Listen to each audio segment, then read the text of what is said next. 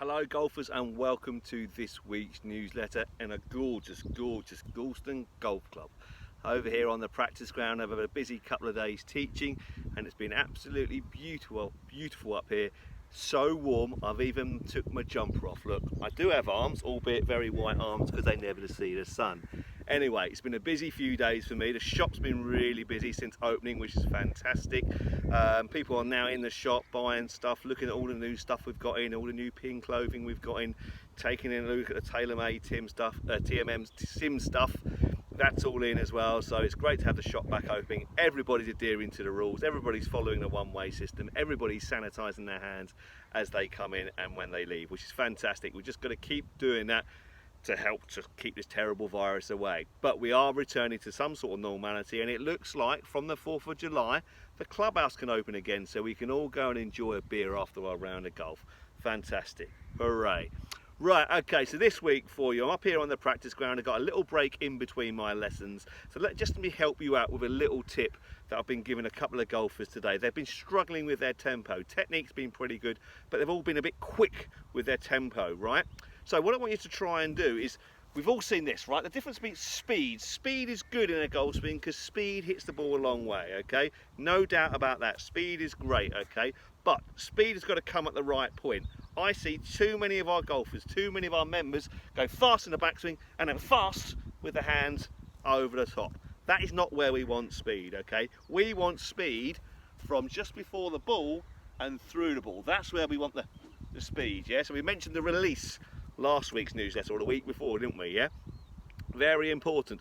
But before that, we've got to change direction in our swing. This change of direction, the transition from backswing to downswing, that's got to be slow. This has got to be slow. The change direction, slow, and from here we can build that speed in, okay, yeah? So when you talk about tempo in your golf swing, keeping it nice and slow, we don't necessarily want to be slow through the ball because then we'll be non-committal.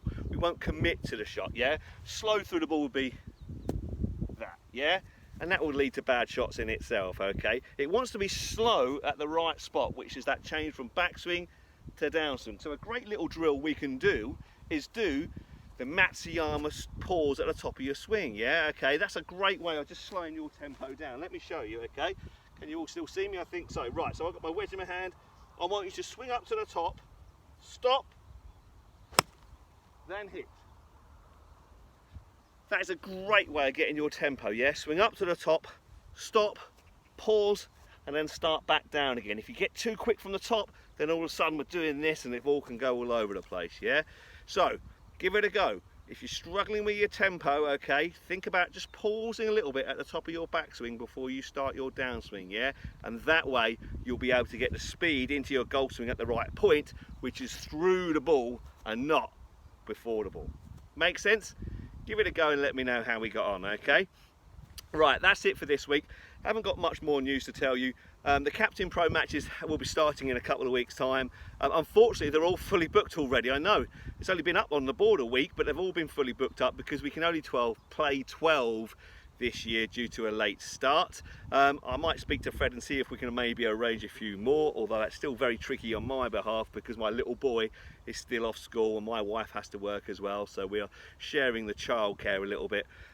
Plus, you know, grandparents can't have them all the time as they would do normally for obvious reasons. But that's all changing, so hopefully I might be able to get a few more games in the other weeks. But we've got a reserve list, so if you can't get into the one of the games, get your name down on the reserve list. I'll speak to Fred, and then we'll kind of try and work out a few more dates if we can. Right, I think that's everything for this week. Thanks very much for watching, and I'll hopefully speak to you all soon. Take care. Bye-bye.